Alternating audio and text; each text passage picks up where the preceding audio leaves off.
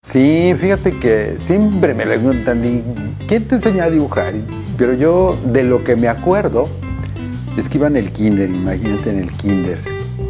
Y la maestra nos puso un dibujo, era un campesino que iba con su burrito y llevaba un cesto de naranjas. Y vi que empezó a hacer bolitas y rayitas. Y ya, está bien fácil. Dibujar es nada más hacer bolitas y rayitas. Y desde entonces me acuerdo que no dejé de hacer bolitas y rayitas. Y yo creo que para estas alturas, yo creo que ya medio aprendo a dibujar.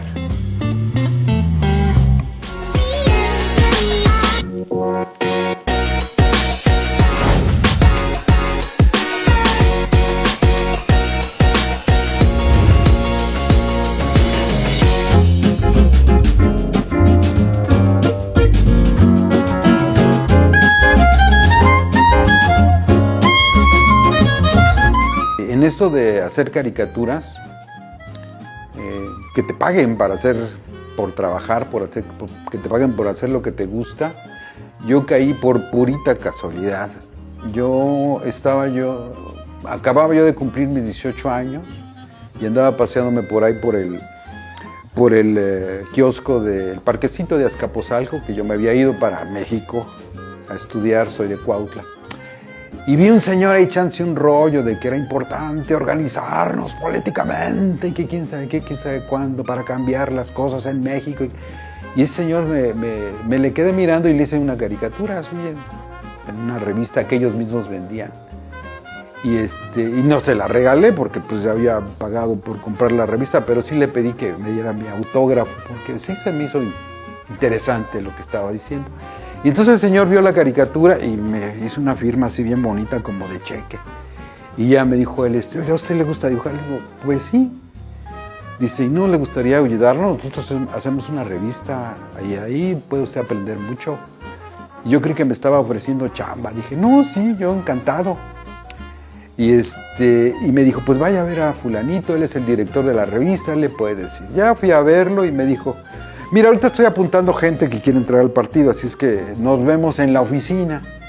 Y ya fui a la oficina, llevé unas muestras, eso fue en septiembre, y para octubre del 75 ya estaban publicadas mis primeras caricaturas.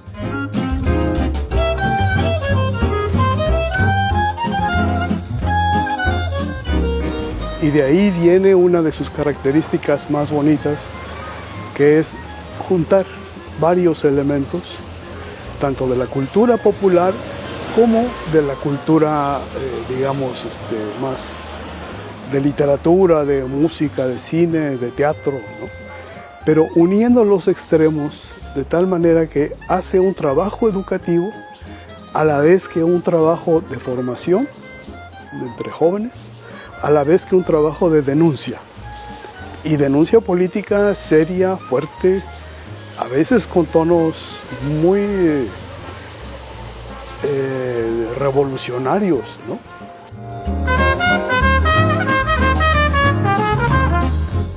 Lo importante de esa revista es que ahí estaban los más grandes caricaturistas que ha tenido México.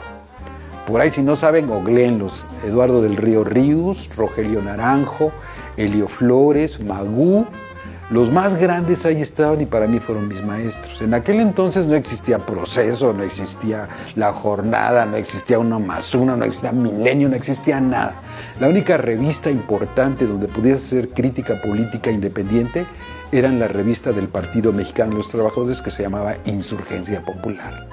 Entonces ahí lo que hacíamos era, pues más que nada, propaganda política, invitar al pueblo a organizarse políticamente para transformar la situación en que vivíamos. Pero en esa época también se empezaron a abrir espacios para la caricatura independiente, porque nace Proceso, nace Uno más Uno, nace La Jornada.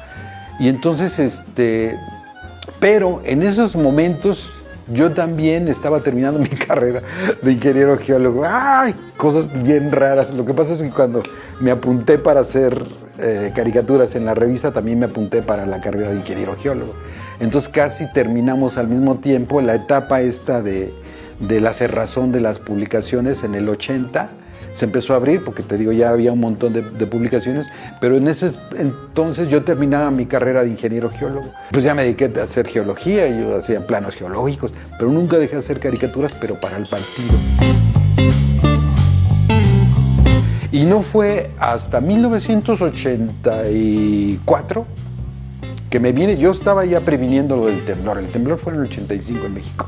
Entonces me regresé en el 84 a Morelos, y ya entonces sí ya me puse a combinaba mi trabajo de geólogo con el del dibujo, y ya me puse a buscar las publicaciones más decentes en las que pudiera yo colaborar, y me encontré con una muy bonita que se llamaba El Correo del Sur. El Correo del Sur, imagínense, su máximo gurú era Sergio Méndez Arceo, imagínense, y ahí estaba también Ríos. Y ya después de ahí se me ocurrió, como había muchos problemas para ingresar a los periódicos, y además estaban bien amachinados por mis cuates, o sea, el que llegaba ya no salía hasta que se moría. Y entonces había muy pocos espacios para la caricatura política, entonces dije, bueno, pues qué tan difícil es hacer una revista. Y entonces fue cuando creé El Metiche, la primera revista de humor morelense, en el año de 1985, a 10 años después de que había yo iniciado. Y esa era una revista muy bonita, participaban caricaturistas compañeros del Correo del Sur, estaba César Añorbe, estaba Cris, la primera mujer caricaturista, estaba Miguel Ángel Tafoya. Entonces entre todos ellos hacíamos la revista, pero pues era una revista que había prácticamente que mantener. Entonces duramos un año haciendo la revista, y ya después me integré a los periódicos locales, al Sol de Cuautla, al Sol de Cuernavaca. Fui fundador del Nacional del Sur, y ahí estaba Ernesto Pacheco Cerillo, que es un gran periodista para el estado de Morelos. Y ya después que se me mete la loquera de irme a Estados Unidos.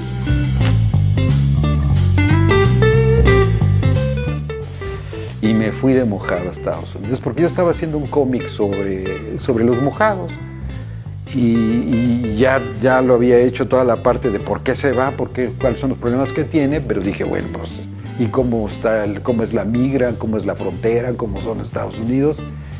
Y un primo me invitó a ir a saludarlo, a visitarlo. Yo le tomé la palabra y me lancé sin papeles y todo. Igual, por fortuna, me agarró la migra, estuve en la cárcel, volví en el segundo intento, ya lo logramos. Y ya nos instalamos allá. Entonces ahí inventé un personaje que se llamaba Herminio. Herminio era un defensor de los inmigrantes, era igual un mojado como muchos de los que estábamos allá. Y la gente me empezó a decir, oye, qué bonito personaje, pero ¿y la mujer? ¿Dónde está la mujer? ¿Por qué no hay heroínas mujeres? Y entonces ya inventé a Rina, que era su compañera, era una maestra que también trabajaba en Estados Unidos. Y ya entre los dos tenían aventuras, ¿no? Total que vino la guerra del Golfo, y teníamos hacíamos una revista, ya habíamos fundado nuestra propia revista, ya se llamaba Expresión, y los que la patrocinaban eran hispanos, pero ya tenían hijos en el frente, entonces empezó una depresión muy gacha, se empezaron a declarar en quiebra, y optamos por regresarnos al terruño. Y digo optamos porque ya me había yo casado allá en los United con mi compañera. Y mi compañera también quería regresarse porque ella había interrumpido sus estudios de periodismo. Entonces nos regresamos y recuperamos nuevamente nuestro Metiche. Pero yo ya me había traído mi escáner, mi computadora, mi impresora. Entonces empezamos una nueva etapa con el Metiche en el 93 y hasta la fecha no ha dejado de salir el Metiche. Eduardo y yo somos hermanos y quizás esto comenzó por ahí del 99 cuando invitó a Sixto Valencia, el creador de Melín Pinguín, y a Chanoc. A mí me impactó mucho esa colaboración, ese homenaje, que hizo a estas personas. Y a partir de ahí empezó una comunión muy bonita entre ir y conocer las personas que están detrás de las historietas. Sexto aniversario del Metiche, a mí me dio por hacerle un homenaje a los historietistas que aún vivían lo que yo leía de niño. Y los conocí en la Ciudad de México por alguna razón, fui a algún evento, los conocí, les dije que los invitaba porque les queríamos hacer un homenaje en la ciudad de Cuautla. Y ellos encantados me dijeron, sí, sí, vamos. Y era nada menos que Sixto Valencia, el creador de Memín Pinguín, y Ángel Mora, el creador de Chanoc.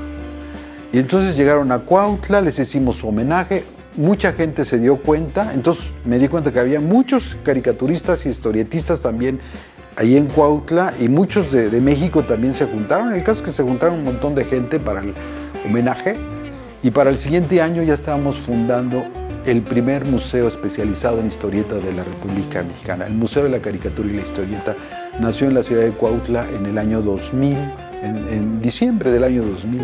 O sea que de los 50 años que tengo haciendo caricaturas, la mitad también la he dedicado a la recuperación de la memoria histórica de nuestra historieta mexicana.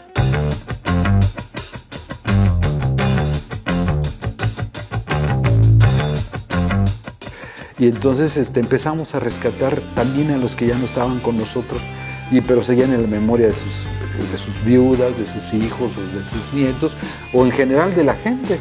Y estos eventos que hacemos nosotros cada año, porque lo seguimos haciendo, no paramos desde hace 25 años, son muy importantes porque se pone en contacto a los lectores con los creadores. Entonces muchos de esos eventos, muchos de esos homenajes que nosotros les hacemos, para ellos valen muchísimo porque jamás en su vida habían pensado que pudieran tener un homenaje, ¿no? Recuerdo cuando hicimos un homenaje a las mujeres historietistas, dos de ellas ya estaban por cumplir 100 años, que habían dedicado casi la mitad de su vida a escribir historias para novelas románticas algunas, y entonces se llenaban los eventos porque iban los tíos, los abuelos, los abuelitos de ver que por primera vez se le rendía homenaje a un creador. Quizás lo que me marcó más fue cuando podíamos reunir a las familias. Era como una celebración. Muchas de estas personas, gracias a Dios, pudieron recibir al menos un homenaje en su vida, porque durante toda su vida, algunos entre los 80 y 90 años, nunca habían recibido un homenaje. Y cuando tú ves eso en la familia, a mí me conmueve, ¿no? Ahorita yo me acuerdo y imagínate la familia, ¿no?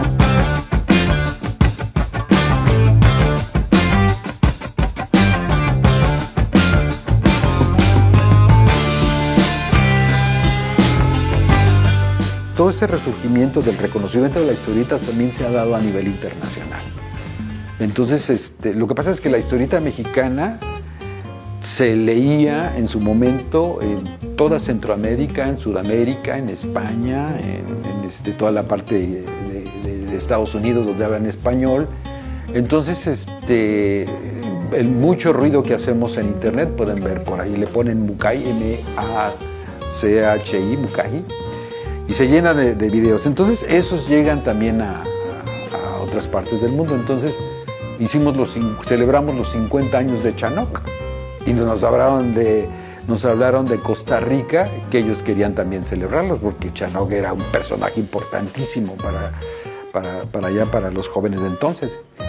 Y no pudieron venir, pero al año siguiente nos invitaron. Entonces nos fuimos con Chanoc, con Ángel Mora, y allá le hicieron un homenaje en la universidad, en la televisión, en la radio, por donde quiera le hacían homenajes. Y para ahí era muy interesante ver cómo llegaba la gente con las revistas de Chanoc, y iban con sus hijos y le decían al hijo, mira hijo, te paso aquí mis revistas de Chanoc autografiadas por el autor. Algo muy interesante, porque para mí es como se transmite la cultura, ese conocimiento que se va transmitiendo de generación en generación. Para mí eso es la cultura. Entonces a mí es muy bonito, muy interesante. Eso también ha llegado, nos han contactado igual de universidades de Brasil, de Estados Unidos, para tratar de elaborar ese fenómeno que se dio en México, porque fue un fenómeno, o sea, brutal. O sea, simplemente les digo, Calimán hacía 2 millones de ejemplares a la semana. Entonces, pero ese nada más era de un solo título, y además cada revista, ¿cuántas no las leían? Porque no las leía una persona. Entonces, yo creo que por ahí tenemos un huecote en la interconexión entre generaciones, porque al desaparecer la historieta, pues también se desapareció mucho de esa conversación entre padres e hijos o entre abuelos y nietos. Y para nosotros el tener un museo, les decía yo que debería haber un museo del tipo que tenemos en toda la República Mexicana, si no es posible en cada estado, en cada municipio, porque es muy interesante cómo los papás o los abuelos les dicen a los niños: ¿te acuerdas que yo te decía que había un señor que se llamaba Calimán y que tenía un turbante? Así es, mira, aquí está la revista, aquí. Y entonces muchos de los jóvenes ahora, pues sus modelos para hacer historieta pues es el manga, son los superhéroes, pero cuando conocen toda la producción mexicana se van para atrás, porque también es una fuente muy importante de información para la creatividad. Entonces yo creo que en la medida que el Estado mexicano pueda podamos recuperar toda esa historia, los jóvenes van a poder aportar algo nuevo al cómic mundial, a la historieta mundial, porque fue lo que pasó en México. Los dibujantes mexicanos pues, dibujaban Tarzán, dibujaban Superman, lo que sea, pero ya después se fueron especializando y ya generaron sus propias historias y sus propios personajes. Ahorita nuestros creadores, si los jóvenes creadores, si se quedan nada más en la copia de los mangas o de los superhéroes, pues no van a poder evolucionar. Necesitamos conocer lo mexicano para tener todo ese aporte que necesita la gráfica nacional.